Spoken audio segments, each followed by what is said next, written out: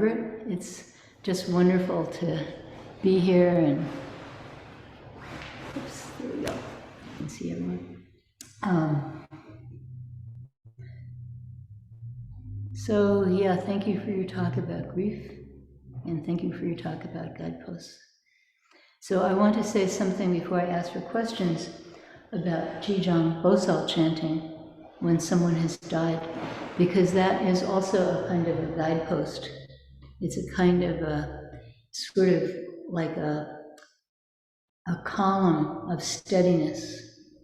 So as we go through grief, and I know you've experienced this, as we go through grief, and first we're in deep, deep grief, and then it gradually eases, and we are able to absorb it. But it comes back, as Margaret said. It just comes back, and then it goes away, and it comes back, and it never completely goes away. It's always there. It's part of our wisdom, in a way. But we have this activity that we do, chanting Jijong Bosol every day. And that's like this kind of, almost a pillar of light. And we can see how we change because it is unmoving. And we can see how our minds change as we go through the grieving process. And it's not the grieving process. Every occasion of grief is its own process. But as this process goes on, we have this sort of pillar that we can see how we relate to it, and we can see the processes of our own mind. And it's a wonderful, wonderful practice to do that. So, are there any questions? Raise your hand either in the Dharma room or use the raise hand function on the screen. Don't shout out because that'll be rude and then you're cutting someone off that you can't see. So, are there any questions?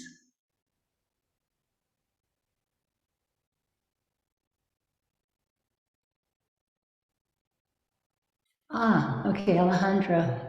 What is the translation of that phrase you mentioned? Jijong Bosol. So Jijong Bosol is, I don't know that's the Korean translation of Chinese, but the Sanskrit name is Ksitagarbha, which means earth womb. So Jijong Bosol is right over there. So people on screen can't see him very clearly. He's got green hair. He's got a cap on, actually, but he usually has green hair. He's walking on lotus flowers, which look like sort of fuzzy slippers, fuzzy pink slippers. And he's got this stick, this long stick, and it has a top as a sort of, it's not exactly a circle, but it contains 3 rings. So you have this it's sort of this shape, and then there are these rings. I think it's actually 6 rings, I'm not sure. So you have these rings, and as he walks, he hits the ground with a stick, and you hear these rings jingle jangle. And so Ksitagarbha is interesting because it's earth womb bodhisattva. And he's very clearly more of a guy than most of the bodhisattvas up there. So most of the iconography in China, the bodhisattvas are sort of, I guess we'd say non-binary. They don't have male attributes, they don't have female attributes, but most of them, including Jijong Bosol, are considered male, with the exception of Kwanseum Bosol, who started out as a guy, Avalokiteshvara, and then in China became Kuan Yin, who is. So you have this Avalokiteshvara, who's an emanation of one of the Buddhas, but then you also have this Chinese princess who made this great vow to help all self-freeing beings, and they kind of meld together. So that's, she's over there, and also that statue over there. We're the Kuan school, that's the Kuan Yin school. So Jijong Bosol took this great vow to save all beings who were, after death, to go down to the hells. I think one story is that his mother or his aunt or something was in one of the hells, and he took this great vow not just to save her, but all beings. So these bodhisattvas, what they're about is this great vow, day one, great vow. They're all about this great vow, and this great vow is not about me. You know, it's not I vow to become a millionaire and be the first millionaire and billionaire and be the first billionaire in space, goddamn it, I'm going to beat out the other guy. That's not that kind of vow, right? It's not a vow that your kid is going to get into Harvard. It's not a vow of, you know, you're going to be the best organic farmer in the world. It's not that kind of vow. It's this vow to help all beings that come before us. That's this vow. That's very interesting. So Jijong Bosol is sort of the bodhisattva of people in transition, people who are dead, because that's a kind of transition, small children.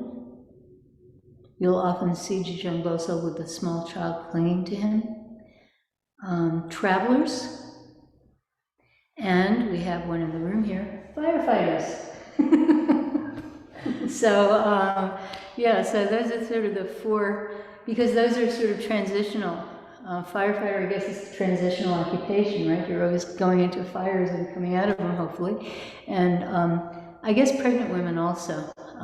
So sort of Jijong Bosol is the bodhisattva of transition, but especially bodhisattva of people who have died, you know, chief among those. And I just find it very interesting that the translation of Ksitigarbha is earth womb. So, yeah, thank you for your question. Are there any other questions?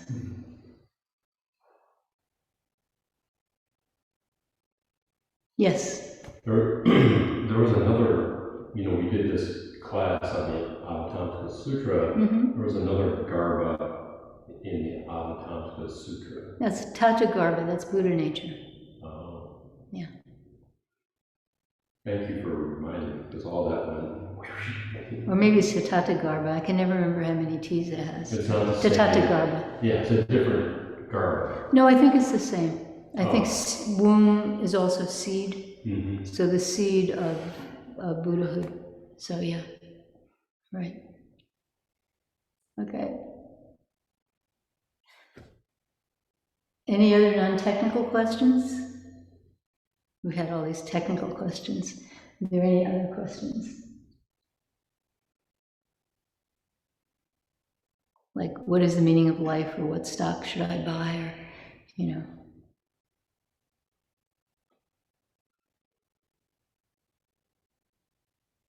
Oh, I have raised hands, but I see. I'm sorry. Okay. Max, please unmute yourself. Thank you, Judy. Thank you, Margaret, for the issue of life and death. My mom passed away. Could you speak a little slower and closer to the microphone? Okay. All right. Hear me there? Better? Yeah. My mom passed away December 3rd last year. It was very peaceful. And now I'm faced with my father, who was married to her for 60 years. So my mother passed, so she's in transition. It's been more than 49 days. So hopefully born or whatever happens, we don't know what happens after 49 days.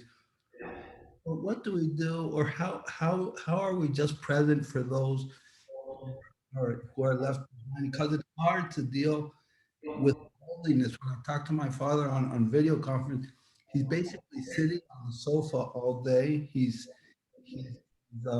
almost 90 years old, so he's starting to lose his memory. So how are you just present without getting technical and talking about life and death, or, you know, this happens, it's a normal thing?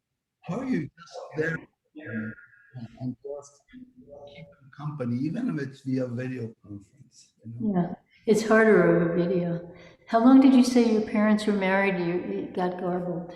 Over 60 years. Yeah.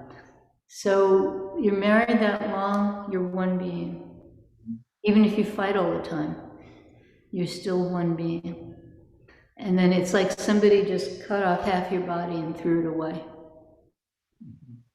So it's really, really hard. Really hard. And maybe all he can do is sit on the couch all day. You can't fix it.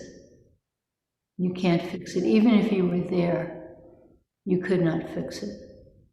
So we have all these ideas of what people should do. You know, I had a friend who, he died of cirrhosis of the liver. And it's a very hard way to die, because at the end it's like many of your body functions start failing, and it's really difficult. And none of us really understood that he was dying. And we would say things like, oh, eat something. You gotta eat something. You gotta drink something. Your pee is, you know, he had like a catheter. Your pee is really dark. You have to drink more liquid. You know, you have to do this, you have to do that. He was going through whatever process he was going through. We couldn't change it. So your dad is going through whatever process he's going through emotionally, and it will affect him physically. And he may find a way to function more, quote, normally, or he may never do that. And all you can do is be there for him, listen to him. If you can provide something that he wants, provide it. But you can't make him get off that couch. You can't make him take a walk around the block. You can't make him eat right. You can't do that. And the more room you give him, the more he'll be able to process things. You know, when we tell people, do this, do this, do this, then they're going to fight back. No, I'm not going to do that, you know? But if you give him room, then see what happens.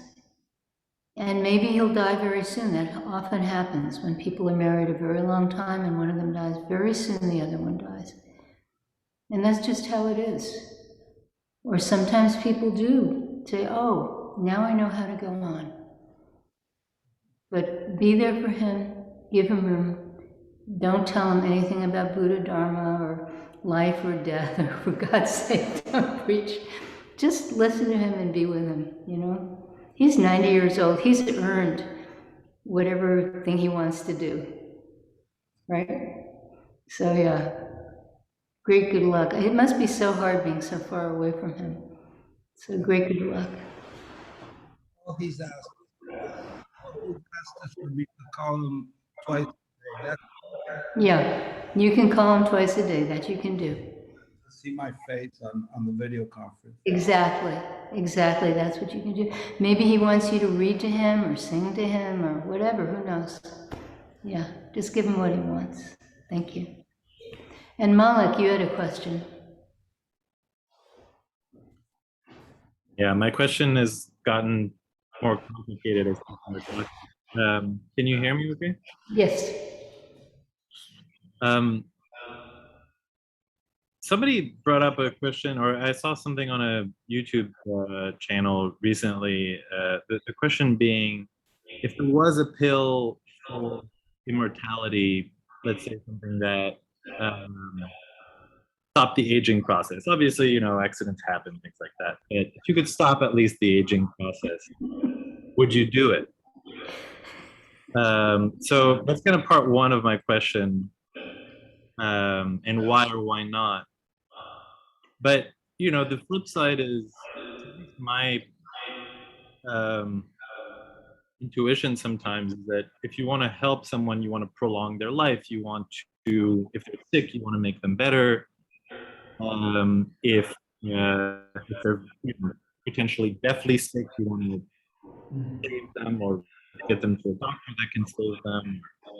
Their life is in danger. And, you know, I mean, sometimes that might not necessarily be the right thing to do, and I'm curious what your thoughts are. So let's start with the first question, which I can just see Elon Musk say, oh, I'm gonna. But you know, the universe is going to die. The universe is going to end. The sun is going to explode or implode or something. Life on this planet will disappear. So what does it mean to live forever? It's crazy talk. You know, that's just nuts. That's this idea of this self as this little marble, you know, this little marble, and you can just roll it forever down the tunnel of eternity or something like that. That's nuts. That's crazy talk.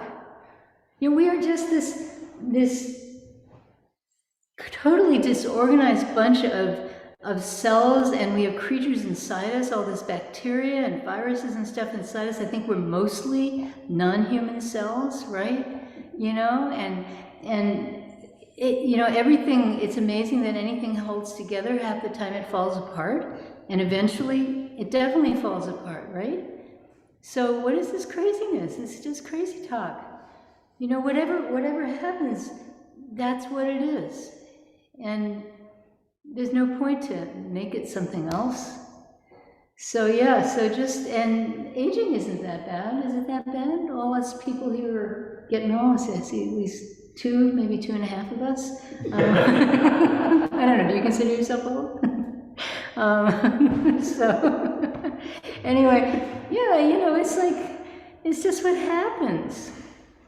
You know, my husband's sister died very recently. She died, in fact, 2 nights, was it 2 nights ago? It was Wednesday at around, Thursday at around 1 a.m., so Wednesday, Thursday cusp. And she had very bad Alzheimer's and, you know, was in a coma. She was in hospice care. And,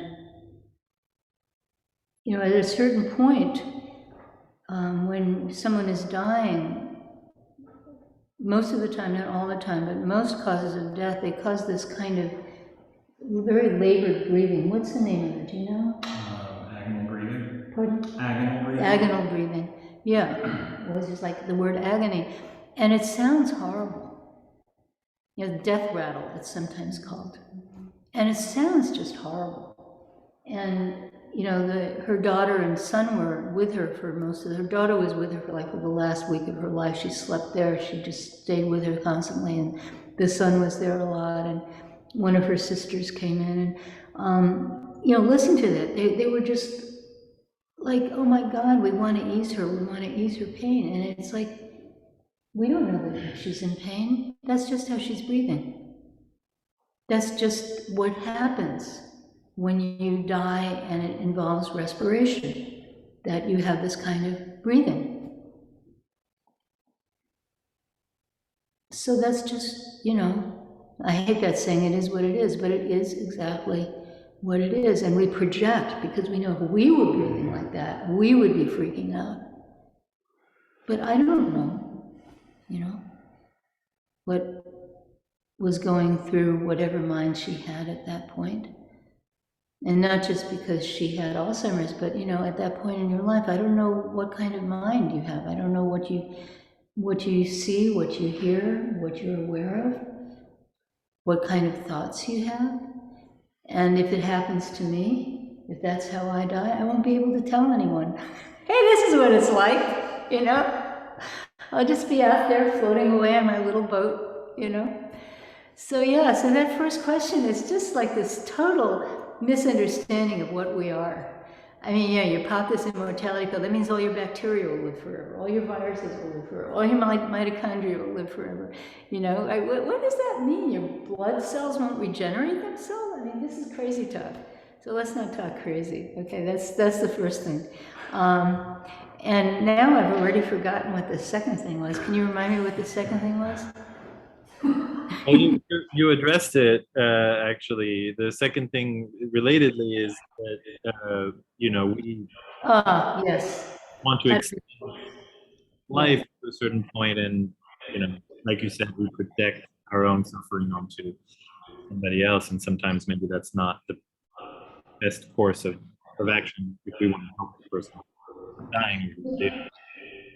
Yeah, so what practice is really about is about having this strong center, and I can't, the way this is fixed, I can't move it, so you can't see my hand going to my tian tian, below the belly button. There you go, Malik, thank you. Malik did it for me. So have this strong center and this open heart and this clear mind. So that's what our practice is about. This strong center, this open heart. That means it's not about for me, it's just, what do you need? What can I do? What's my job? How can I help? That open heart. And then this clear mind. It was very interesting on the break here, because a number of people, like Tom just started sweeping the porch, and I did stuff in the Dharma room, and somebody else washed some dishes, and, nobody said to do that. Just people look around and say, oh, this needs being done, right? That's why we practice. So we can look around and say, oh, this needs being done.